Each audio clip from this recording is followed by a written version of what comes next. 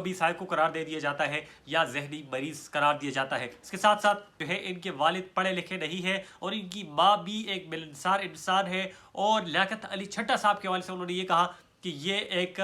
بڑے نفیس قسم کے انسان ہیں اور انہوں نے بڑی محنت کی ہے، بڑی کوشش کی۔ بسم اللہ الرحمن الرحیم، السلام علیکم۔ لاج نیوز کے ساتھ میں عمر افتخار، امید کروں گا آپ تمام دوست احباب خیریت سے ہوں گے، مزے میں ہوں گے اور پاکستان کی کرنٹ پولیٹیکل سچویشن کو انجوائے بھی کرتے ہوں گے۔ اس سے پہلے کی ویڈیو میں بھی میں نے بتایا کہ تجزیہ کار پریشان ہے کہ وہ کیا تجزیہ دے، کیونکہ ہر ایک تجزیہ دوسرے تجزیے کے مترادف ہوتا ہے، الٹ ہو جاتا ہے۔ کبھی کہتے ہیں کہ پاکستان تحریک انصاف حکومت بنانے والی ہے، یا کبھی کہتے ہیں کہ مسلم لیگ نون جو ہے وہ حکومت بنانے والی ہے۔ لیکن پاکستان تحریک انصاف کی جو کل والا احتجاج تھا، اگر اس کو دیکھا جائے تو پاکستان تحریک انصاف کے ورکر بھی جو پرجوش نظر آتے ہیں، یا اس کے ساتھ ساتھ ان کی لیڈرشپ جو ہے وہ بھی اب باہر آ چکی ہے اور اب وہ بھی سرگرم ہو چکی ہے۔ لیکن آج کل کے جو حالات ہیں اور آج کل کی جو تازہ ترین ہے، ان حوالے سے میں آج آپ لوگوں کے ساتھ گفتگو کروں گا۔ اور سب سے پہلے اگر میں بات کروں بلوچستان کے حوالے سے، تو بلوچستان میں 4 مختلف پارٹیاں جو ہے وہ یکدم ہو گئی ہے، وہ ایک ساتھ ہو گئی ہے، اور انہوں نے بلوچستان کو بلاک کر دیا ہے۔ کوئٹہ سے کراچی کا راستہ جو ہے وہ بند ہو گیا ہے، اور کوئٹہ کا کئی دنوں سے پاکستان کے ساتھ جو زمینی رابطہ ہے وہ منقطع ہو چکا ہے، اس بنا پر کہ پاکستان الیکشن کمیشن نے دھاندلی کی ہے اور یہ جو انتخابات ہوئے ہیں یہ درست نہیں ہوئے ہیں، اور ان کا یہ موقف ہے کہ جتنے بھی رزلٹ آئے ہیں، جتنے بھی نتائج آئے ہیں، یہ چند ایک پارٹیاں ہیں، ایم کیو ایم کا نام لیا جاتا ہے، اس کے ساتھ ساتھ پیپلز پارٹی کا نام لیا جاتا ہے، یہ نتائج جو ہے یہ ان کو دیے گئے ہیں۔ اس کے ساتھ ساتھ میں آپ کو لیاقت علی چھٹا کے حوالے سے بڑی انفارمیشن دوں گا، خاص کر کہ وہ کون ہے اور ان کا یہ کردار رہا ہے دھاندلی میں یا نہیں، آر اوز اور ڈی آر اوز جو ہے وہ ان کے ماتحت تھے یا نہیں تھے۔ عالمی اداروں نے کچھ رپورٹ دی ہے، میں اس کو تفصیلاً جو ہے آپ لوگوں کے ساتھ شیئر کروں گا۔ لیکن اس سے پہلے میں اگر خیبر پختونخوا کے حوالے سے بات کروں تو خیبر پختونخوا کے نامزد جو وزیر اعلیٰ ہے علی امین گنڈاپور صاحب، انہوں نے صحافیوں سے بات چیت کی ہے، اور صحافیوں سے بات چیت کرتے ہوئے انہوں نے یہ کہا کہ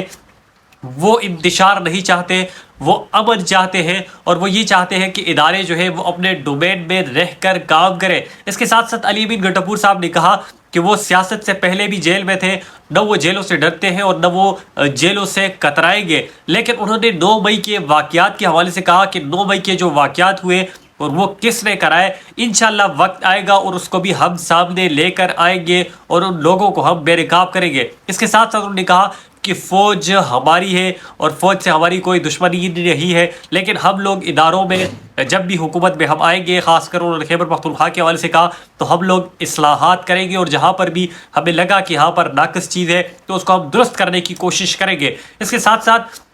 انہوں نے کہا کہ ہم عدالت جا رہے اور 18ویں ترمیم کے تحت ہم اقلیتوں کے اور اس کے ساتھ ساتھ جو خواتین کی سیٹیں ہیں یہ ہم واپس لیں گے، اور ہم ہماری جو لیگل ٹیم ہے پاکستان تحریک انصاف کی یہ بھی سرگرم ہے، یہ بھی لگی ہوئی ہے کہ کس طرح ہم دوسری کسی سیاسی جماعت میں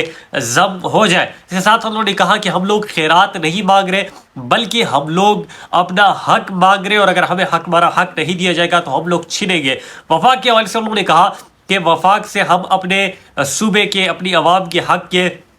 پیسے جو ہے وہ لیتے رہیں گے، پھر اور اس کے علاوہ عوام کے ساتھ جو وفاق کے ساتھ ہمارا کوئی کام نہیں ہوگا، ہم اپنے عوام کی بات کریں گے، اپنے عوام کے مینڈیٹ اور ان کے حق کے حوالے سے بات کریں گے۔ اب بات کرتے ہیں ہم لیاقت علی چھٹا کے حوالے سے، جو کہ کمشنر راولپنڈی تھے، جنہوں نے پریس کانفرنس بھی کی، سوشل میڈیا کی زینت بھی بنے، اسی کے ساتھ ساتھ جو براڈ کاسٹ میڈیا ہے انہوں نے بھی ان کو اچھی خاصی کوریج دی، اور پورا دن جو ہے لیاقت علی چھٹا صاحب جو ہے وہ اس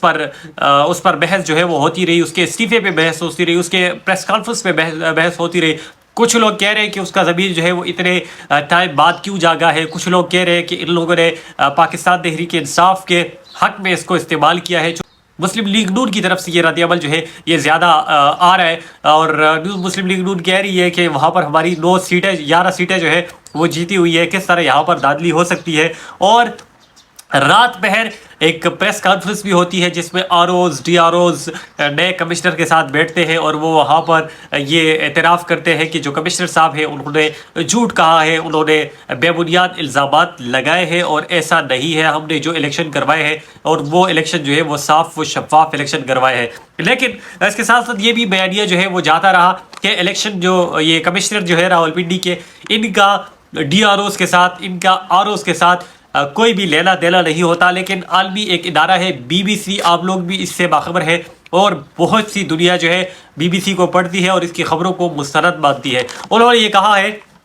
کہ کمشنر کا، خواہ وہ کوئی بھی کمشنر ہو، ان کا ڈائریکٹ تو کوئی رابطہ نہیں ہوتا الیکشن کے ساتھ یا آر اوز کے ساتھ یا ڈی آر اوز کے ساتھ، لیکن جو ڈپٹی کمشنر ہوتے ہیں، جو اسسٹنٹ کمشنر ہوتے ہیں، یہ لوگ اپنے باس کو جواب دہ ہوتے ہیں۔ جو بھی ایکٹیویٹی ہوتی ہے، جو بھی پروسیس ہوتا ہے، یہ لوگ آ کر اپنے کمشنر کو، اپنے باس کو جواب دہ ہوتے ہیں، اور کمشنر جو ہوتا ہے وہ ان کا باس ہوتا ہے، وہ ان کا بڑا ہوتا ہے۔ اس کے ساتھ ساتھ انہوں نے یہ کہا کہ جب بھی اس طرح کی کوئی ہنگامی ایکٹیویٹی ہو یا الیکشن ہو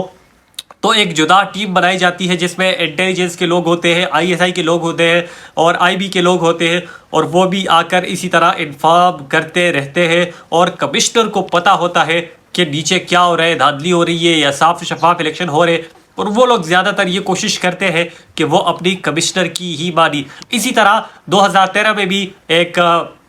الزامات جو ہے وہ عائد کیے گئے تھے اور پھر اس پر جسٹس کی طرف سے 2 کروڑ روپے کا ہرجانہ جو ہے وہ بھی لگایا گیا تھا، تو بعد میں الزامات اپنے واپس لے لیے تھے اور معافی بھی مانگ لی تھی۔ لیکن اب ہم یہ دیکھتے ہیں کہ جو کمشنر راولپنڈی صاحب ہیں یہ اپنے الزامات واپس لیتے ہیں یا نہیں لیتے، لیکن مقتدر حلقوں میں یہ بات چل رہی ہے کہ یہ کمپنی نے اپنے آپ کو بچانے کے لیے یہ چیز جو ہے وہ کھولی ہے، اور پاکستان تحریک انصاف کا جو مینڈیٹ ان سے لیا گیا تھا، عوام کا جو حق ان سے چھینا گیا تھا، وہ واپس کرنے کی کوشش اب کی جا رہی ہے۔ اور لگ ایسے رہا ہے کہ پاکستان تحریک انصاف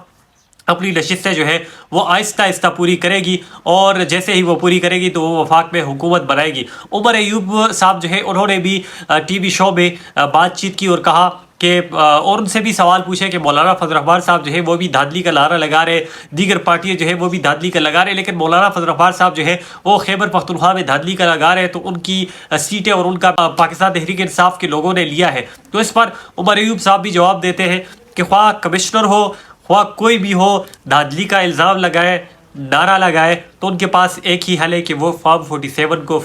کو لے کر اور فارم 45 کو لے کر میچ کرے، تو پتہ چل جائے گا کہ فارم 45 مستند ہے یا مستند نہیں ہے۔